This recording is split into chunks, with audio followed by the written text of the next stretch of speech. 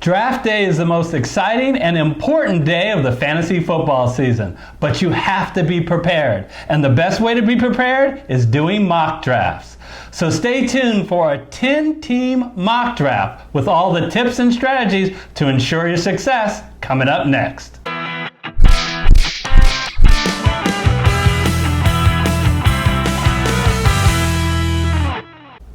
Hello everyone, I'm Eric Lee. And I'm Gary Kurtzman, and we are the Fantasy Football Consultants. And Eric, in my mind, there's no more fun prep for the draft than these kind of mock drafts. I love it. Look, this is my favorite preseason show. I love doing mock drafts and being able to talk about the different strategies and what to do, so I can't wait for this video. And the excitement and what kind of picks are going on, what are the good picks, what are the crazy local picks out there. We'll talk about all that and more. You know, this is all about draft prep. And the mock draft is a crucial element of draft prep. Other crucial elements of preparing for your draft are available on fantasyfootballconsultants.net website, where we offer a couple things. Preseason rankings that are kept up to date as the preseason moves forward based on proprietary modeling from Fantasy Football Consultants. And then during the season, please check back on the website every week where we feature waiver wire suggestions and tips to better your lineup as you go throughout the season. In addition to season-long fantasy, we do talk about daily fantasy football. In fact, in this off-season, we did a deep dive analysis, a 9-course. It's free off YouTube. You can go to the description of this video to find links.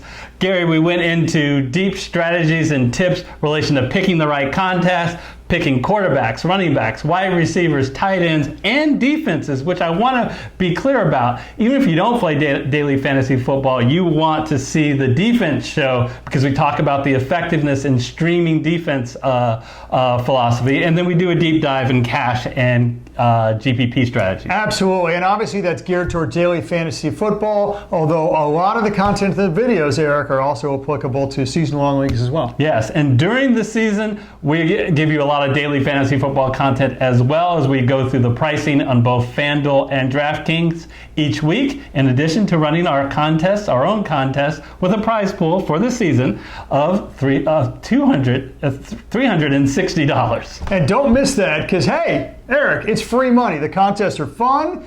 They're exciting. If you do well, you get to be featured on air and get your name out there. And again, it's all free. Free money to you. Yes. So do us a favor right now and help support this channel and us. It only takes 3 seconds. Smash that like button to this video. In fact, make it a habit anytime you watch our videos to smash the like button. It helps us get noticed on YouTube. And if you haven't yet, please hit the red subscriber subscriber button, and then the bell icon to be notified of our future videos because we got a lot of great content in the off season. Absolutely, and that would certainly help us out a lot. But now, Eric, today is all about mock drafts. So without further ado, let's get right into the draft studio. So here we are now in the draft studio. And Eric, I think just to set expectations for a second, now in a 10-team draft, I would expect the first 7 or even 8 out of the first 10 picks to be running backs. Why? Because the difference in fantasy points between an RB1 and an RB2 is greater than in any other position. So that's why running backs fly off the board in the first round. And even if you think about the first 5 rounds, so the first 50 picks, I would expect as many as 44 or 45 of the first 50 picks to be wide receivers, and running backs, it's just a variant on the same theme. Once you get outside of the elite 2 or 3 quarterbacks and the elite 3 tight ends, the difference in expected fantasy points in the rest of the pack is just not big enough to justify picking a non-elite quarterback, non-elite tight end within the first 50 picks. So that's, I think, just to set expectations. Most of the picks, 44, 45, are going to be wide receivers and running backs. Yeah, that's what we'd expect. So let's get into our draft. It's going to be a 10-team draft. It's half PPR scoring. The roster is pretty straightforward. 1 quarterback, 2 running backs, 3 wide receivers, a tight end, kicker, and a defense. And we're only going with 4 players on the bench because we got things to do. And we got the 3rd pick. So let's get going.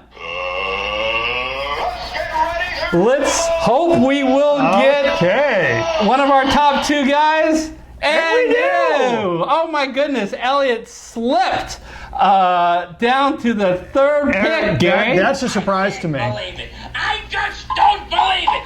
Okay. Now, what do you think about McCaffrey being picked over Zeke, Dub? Because usually Saquon and Ezekiel Elliott go 1-2. Ezekiel Elliott slipped to 3. Eric, do you think people are worried about the holdout? Because at this point in time in filming, Ezekiel Elliott's drinking margaritas in Mexico right now. Do you think that's what's going on? Yeah, I don't know what's going on there. I personally, the draft today, and I had the second pick, I would have picked Ezekiel Elliott. They went with Christian McCaffrey. I think, you just kind of think a little bit about him. Who had the most total yards of any of these big four backs in addition to everyone in the entire season? And last year, it was Ezekiel Elliott, 133 all-purpose yards. Yeah, and he gets the touchdowns too. He doesn't seed touchdown carries another running back. Certainly seeds a few to Dak Prescott, who I think did 6 last year. But yeah, and we need to do something with Dak Prescott if you're an Elliott owner. Tell him to stop it. So I would say our pick is... How about them Cowboys? Ezekiel Elliott. All right, so let's talk a little bit about the guys that went. So who do we got here, Eric? We got DeAndre Hopkins, Melvin Gordon. Alvin Kamara went to the 6th pick. I almost would have expected him to be 4th. A little bit of a surprise. David Johnson, I think, is going to do a lot better in the air raid offense at the 7th pick. Todd Gurley, so people are obviously worried about the knee. Devontae Adams and James Conner. So again, like we said, 8 of the top 10 picks are running backs. Dalvin Cook, Julio Jones, Le'Veon Bell showing up in the 2nd round this year for the first time in probably 5 years. Mixon, Thomas, Odell Beckham Jr., and then we get our first tight end, Travis Kelce with the 17th pick. Yeah, there's a lot of interesting picks. I'm going to pick on the 8th overall pick, Gary. Inconceivable. Todd Gurley simply has too many question marks in my mind to be a top 8 pick. That person could have gone with Julio Jones as a difference maker at wide receiver, or even Devontae Adams at wide receiver. I would have picked ahead of Todd Gurley. I mean, Did they not watch the Super Bowl? There is a significant chance that Todd Gurley is going to be a shadow of himself last year. Well, here's the deal. And you can't win your fantasy league in the first couple rounds, but you sure as hell can lose it. And so the deal is, whoever you pick, you got to make sure they have the highest floor available. That's the winning strategy in the first couple rounds. And you know what? I think Todd Gurley has a lower floor than most of these people that have been picked so far because of the injury concern. That's surprising. Other than the Gurley pick, is there a pick you really like or a pick you really didn't like after ours? Well, I think it was a little bit too early to pick James Conner. Just because it's, are they going to continue to go with the bell cow back, and is he going to continue to have that role in Pittsburgh? Is a little bit uncertain. I probably would rather have Jones or Cook than Conner. Well, they went with Cook. The same guy said he went with Cook. So, yeah, no, that's right. And, and I like the Travis Kelce pick. I really do, Eric, because I think, again, you get the elite 3 tight ends, and of those, he is clearly number 1. The difference between him and the 4th tight end is so much bigger than it is in any other position. I like that pick a lot. Kelce has been the best fantasy tight end for the last 3 years. I think people think about Gronk a lot, but it's been Kelce. And with Mahomes now, it's even more so, and Gronk is retired. So the people comment about the big 3, but to me, at tight end, Kelce's in a tier of his own. Okay, so let's focus on what our pick here is in the 2nd round. Eric, I'm a little bit surprised Smith-Schuster's still available. I mean, look, this guy averaged 7 catches and 90 yards and nearly a touchdown last year, and that was with Antonio Brown on the team. Right. It may surprise people that was basically identical, but a little bit better in yards than what Brown did on the same team.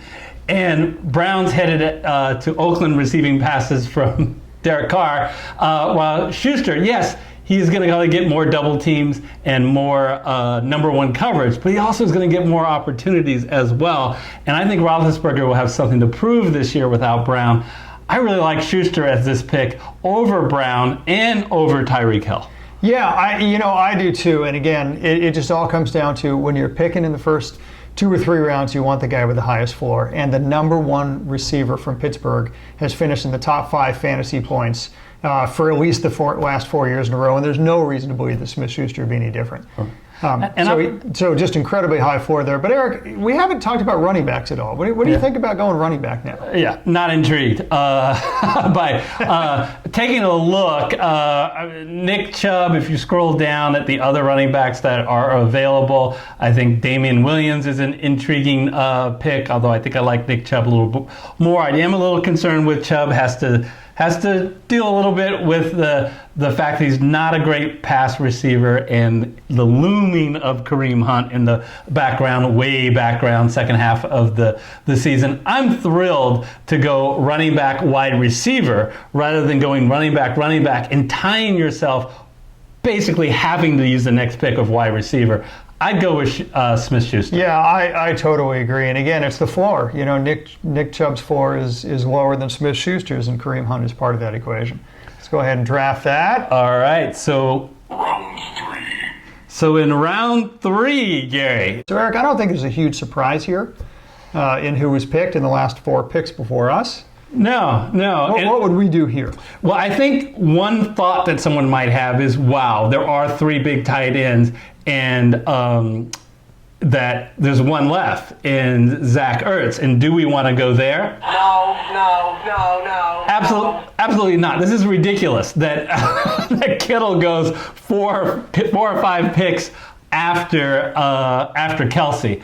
I think, look, we're not going to get Ertz. This is the long wait that we have after this pick, but I don't need him. I think we have better options at running back and wide receiver. Yeah, I do think that Ertz is going to go in the 3rd round. I'd be a little bit surprised if he didn't. But we're in the beginning of the 3rd round, and I think we got a couple better options here, right? You got Mike Evans and you got Nick Chubb, and when you're talking about Mike Evans, he has got a long track record of having the most receptions in Tampa Bay. That's only going to get better with the departure of Deshaun Watson and the introduction of what should be a much better offense, right, under Bruce Arians. So I think that Mike Evans has got a high floor from that perspective. We talked about Nick Chubb. You got Kareem Hunt to worry about a little bit, but I do think that he is the next best running back that's still available. Me, I'd go Mike Evans, but I admit you probably can't go wrong going either.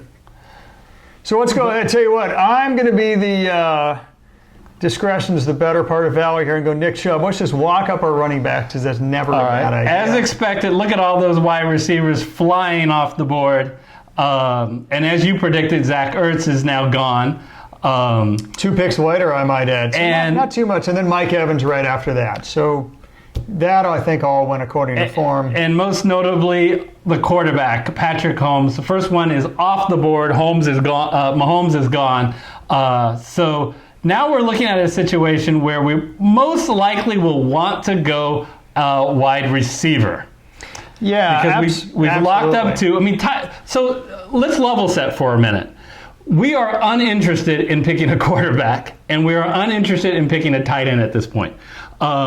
So it really is running back depth on our bench, our wide receiver. It's almost certain that we should go wide receiver. I think so, and I think you got 2 great options there in Robert Woods and Julian Edelman, and they're clearly the 2 best running backs at this point left on the board. The difference between the 2, see, they actually had relatively similar stats last year. I mean, you can more or less expect, 6 catches, 70, 75 yards from both. They both have touchdown capabilities. One works out of the slot. That's Edelman. Woods typically is the wide receiver role. Cooper Kupp is coming back. He'll be the slot. To me, the difference is that Edelman you might expect to do a little better than last year because Gronk is now off the team and all those catches are going to have to go somewhere in New England. And we don't know if Josh Gordon's coming back. He's still suspended at this point. If he doesn't come back, there's no name wide receiver in New England other than Edelman. Yeah. Robert Woods, on the other hand, Cooper Kupp is coming back. And Cooper Kupp, in the last full season that he played, led the Rams in reception. So you got to figure some of what Robert Woods achieved is going to be ceded to Kupp. So for that reason, I think Edelman is a little more consistent. I think he's a safer pick. That's where I'd go. So it's going to be interesting that Marlon Mack did go off the board. I didn't know if that would come. So I was expecting to get one of those guys. And Chris Godwin looks like he was the guy that fell to us. After our pick, Mack and Woods was taken, then Galladay, and then Calvin Ridley. And I'm very thankful that Calvin Ridley went and not Chris Godwin, Gary. Yeah, that's a little surprising. You know, Mike Evans' receptions have gone down each of the last 3 years, and he's aging, whereas Chris Godwin is on the rise. Deshaun Jackson is now off of the team. So it honestly would not surprise me if your wide receiver one on Tampa Bay ends up being Chris Godwin in what should be really a heck of a wide open offense. And so is Adam Humphries, who took a lot of receptions as well. Godwin is a clear number 2. New coach Bruce Arians said, I see you as a 100 catch guy, or close to. Close to doesn't mean like 70, right? Close to 100 is in the 90s, right? And to get that talent in the 5th round, oh, Gary, I'd be thrilled with Chris Godwin right at this point. Yeah, absolutely. Now, it's interesting. The only other guy that I might even theoretically consider is Kerryon Johnson, whose role in Detroit ought to increase, especially with all their offseason moves. I got to be honest with you. Obviously only 2% of the experts think you should pick Kerryon Johnson. I think Chris Godwin not only has a higher floor but a higher ceiling. But I'm crossing my fingers.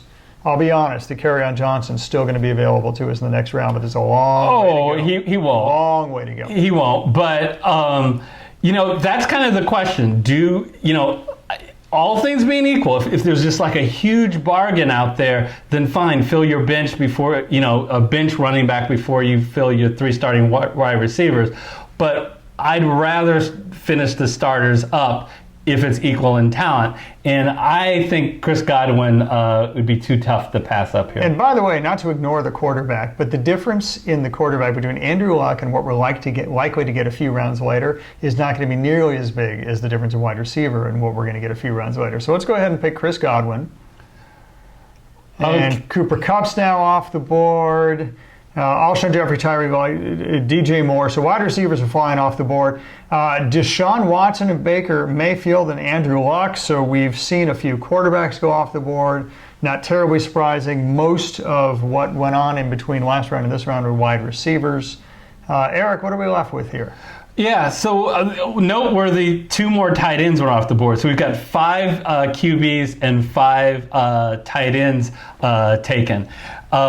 So I would usually, after I've finished in the first 5 picks, and if I've gotten 2 running backs and 3 wide receivers, I am really looking for running back depth. So Sonny Michel and Mark Ingram are also possibilities in addition to David Montgomery. And the big Seahawk fan in me would go with Chris Carson, but not. I think Josh Jacobs has a heck of an opportunity in Oakland, right? Somebody has got to inherit the lead role. It's his to lose. At this point in the draft, to get a guy who's going to likely get the goal line carries and get a predominant amount of the regular carries, I'm happy with him. Yeah, I'm happy. Certainly got the highest ceiling, and now we're switching from who's got the highest floor to who's got the highest ceiling. We're beyond the first 3-4 rounds. So now we're starting to reach for people who we think, or at least hope, has a decent chance of being a star. Of these, currently, certainly Josh Jacobs fits the bill more than anybody else. So, yeah, I was just about to say that the guys behind us have not picked quarterbacks yet. So I would expect the quarterbacks to go, which should leave opportunities, hopefully, for Allen Robinson to sneak through, and that's exactly what he did. So let's take a look at the wide receivers. Again, 7 QBs are off the board and 6 tight ends. I'm not in a hurry to go there, Gary. I'd like to still cobble together some depth, either at running back or wide receiver. Yeah, and so that's just interesting to note that here we are about to pick our second bench player before we pick starters at 2 other relatively key positions. But I think you're absolutely right. And again, we've switched from a high floor to a high ceiling. I will freely admit we've gone 3 seasons now without Allen Robinson achieving what everybody thought when he was drafted he would even come close to achieving. I mean, this guy was first wide receiver taken in the draft, blue chip guy. Now I realize that we're going back 5 or 6 years here. Well, 4 years ago, this guy was a 12 or 1,300 yards, And I don't remember how many touchdowns he had 4 years ago, but reasonably expected to get double-digit touchdowns guy. And then what happened? Then we had injuries. Then we had new quarterback. Then we had underperforming quarterback. Then we had new offense. Finally, he's in the same offense for 2 years in a row with the same quarterback 2 years in a row that everybody expects to have a quality offense and for him to be able to grab the wide receiver 1 spot, take the reins and run with it. So, is it a leap of faith to think that Allen Robinson really could be a wide receiver 1? Yes, because he hasn't done it in 4 years. Of course it's a leap of faith.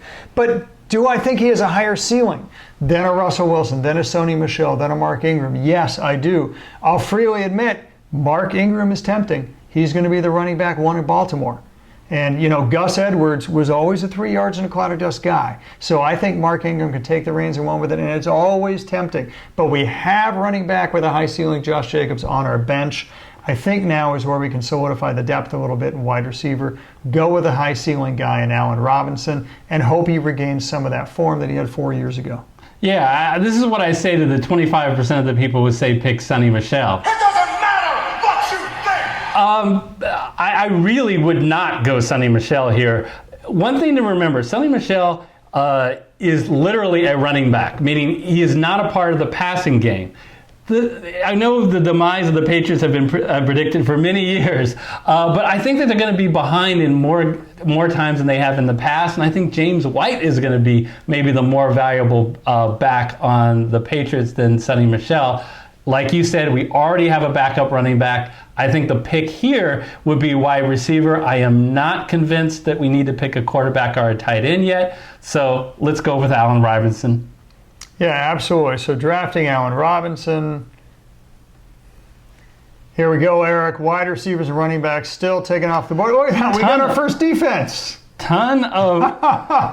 That's early. Unbelievable! That's ridiculous. Ridiculous. Worst pick so far of this draft, 8th round, picking a defense. Just bear in mind one thing. Last year, the Jacksonville Jaguars defense was the first defense off the board, and it was relatively typical to see him take in the 9th or 10th round. Eric, they finished outside of the top 10 in defensive scoring. There's just no predicting. There's virtually no correlation. The Chicago Bears had a literally record-setting, NFL record-setting number of takeaways last year. The odds of them duplicating that are next to 0. This is way too soon. Right. So here's a couple of things from a strategy perspective. We're picking third. The first and the second team have already picked their quarterback. In fact, everybody has picked their quarterback. There is no reason to pick a quarterback here.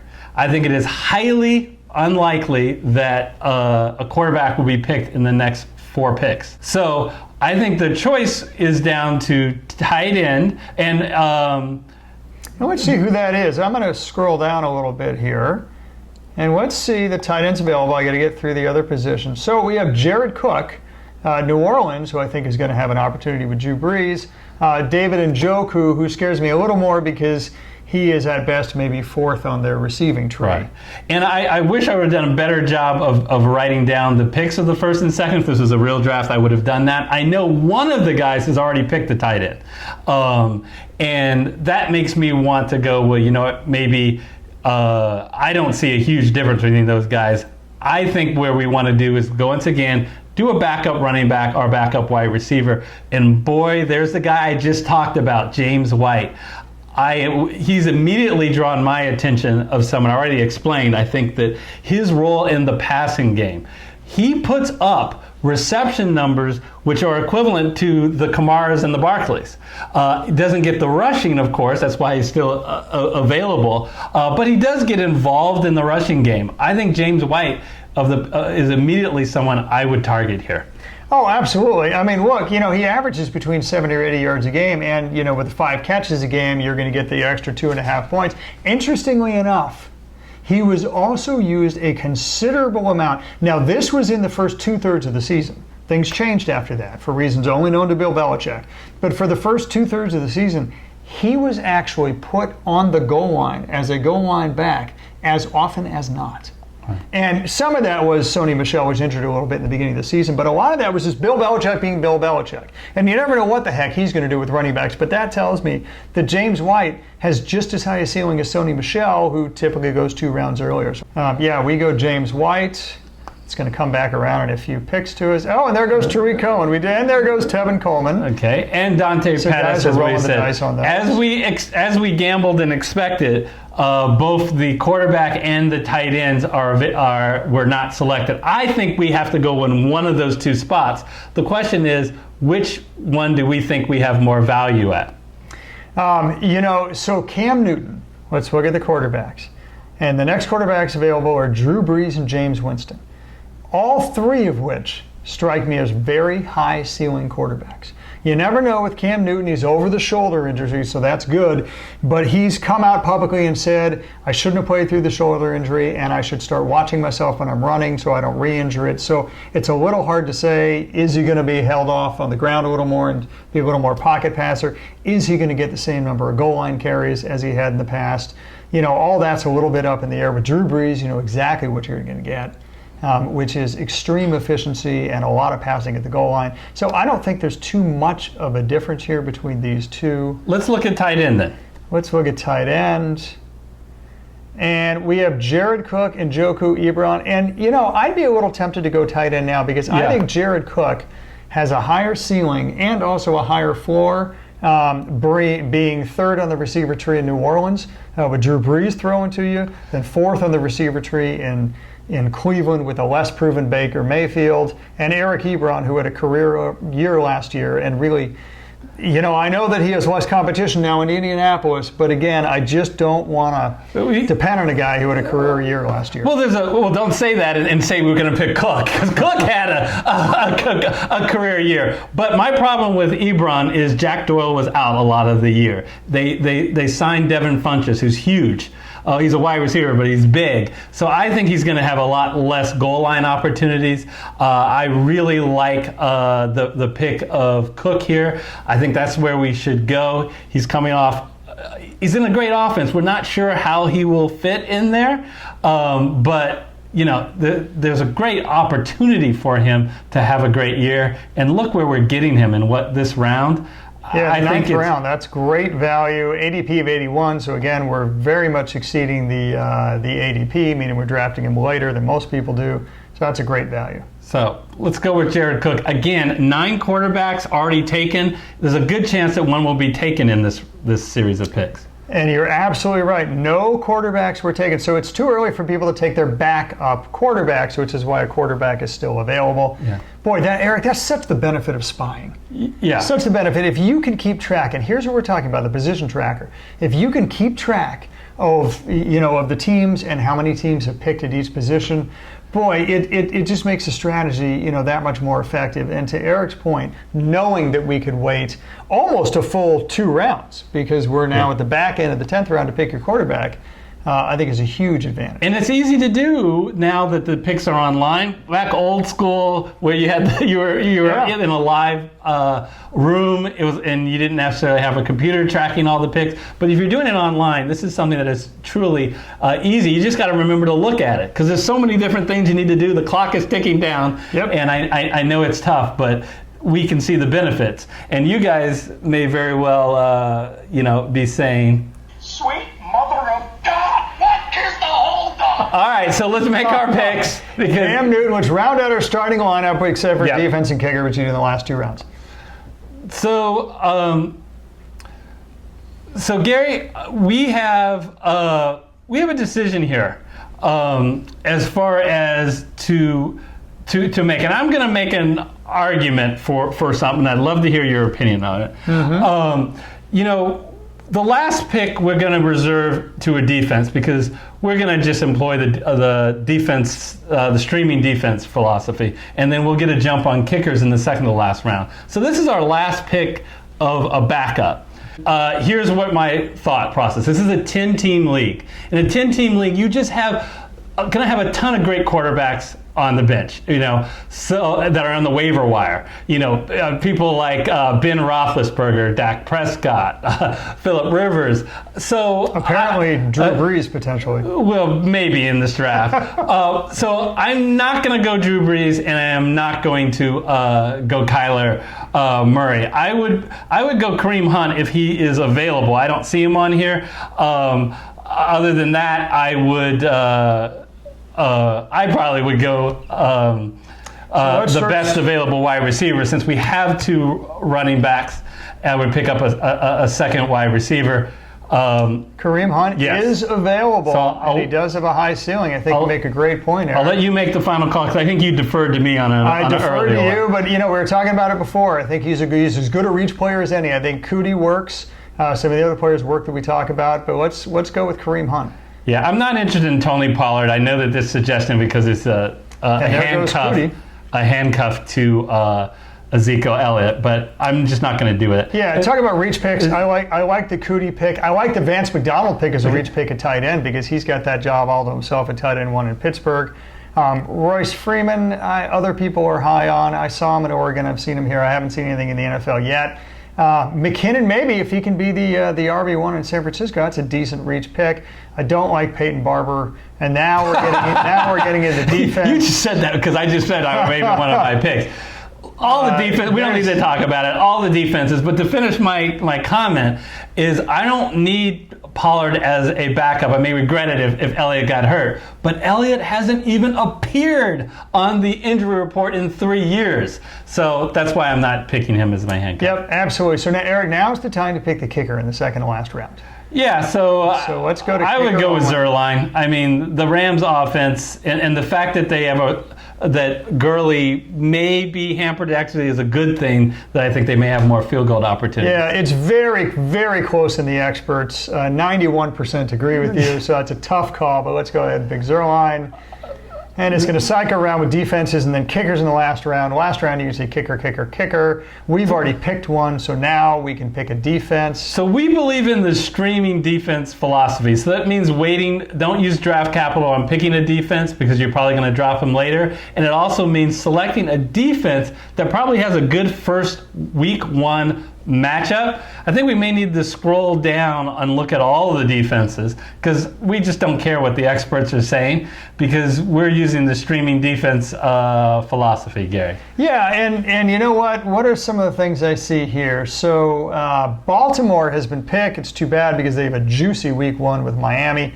We're seeing the Denver Broncos, which I might have liked because they're playing the Oakland Raiders in the first round. But again, we're streaming defenses, so I don't worry so much about this. In fact, I don't know that we necessarily pick them, but the Cincinnati Bengals against Seattle. Now, where's we want Seattle Seahawks? I'm not a huge fan of the Cincinnati offense, and they, in this offseason, just lost their best offensive lineman in a bad offensive line to begin with. Right. So I know that they're ranked 15th, and there's a higher Houston Texans. And I think if you're going to stream defenses, though, that week 1 matchup of Seattle is awfully juicy. On top of that, their best receiver, A.J. Green, will not play in this game because he got hurt in the preseason. So I love it. Seattle Seahawks as our drafted defense. We will probably drop them in the second or third week. Yep, so Seattle now shows up because I clicked on them again. Look, 0% of the experts. We're an expert. Yes. Make that higher than 0%. Let's go ahead and draft it again. This is streaming. We may not have Seattle more than week 1, but for week 1 against Cincinnati and their terrible offensive line, this makes all the sense in the world. And Eric, that finishes out the draft. So hey, look at fantasy, like even though we made some picks that were 0 of the experts had picked at least one. But let's quickly talk about our team, Gary. Cam Newton, Ezekiel Elliott, Nick Chubb, Smith-Schuster, Edelman, and Godwin at wide receiver.